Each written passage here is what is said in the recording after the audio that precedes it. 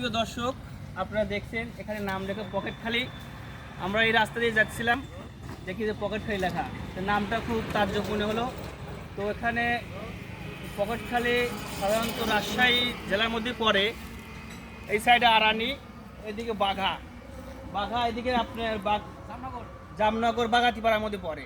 তা আমরা এখন আছি একটা জিরো পয়েন্টের সাইডে, যেখান থেকে আপনি রাজশাহী যাচ্ছে চাইলে আপনি এখানে পুঠিয়ে যেতে পারবেন। এই সাইডে আপনি আরানি হয়ে বাগা যেতে পারবেন।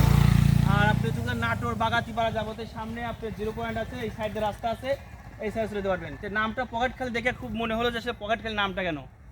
অনেকের কাছে আমরা জিজ্ঞাসা করলাম, তারা বলল যে আসলে অনেক ক্ষেত্রে অনেকবার এখানে অনেক মানুষের টাকা পয়সা ছিনতাই করা নেওয়া হয়েছে, মানুষের পকেট থেকে টাকা নিয়ে মানে চলে গেছে, এই জন্য এই জায়গার নাম পকেটখালি রাখছে। তো এখন বর্তমানে সরকার এখানে একটা পুলিশ ফাঁড়ি তৈরি করেছে।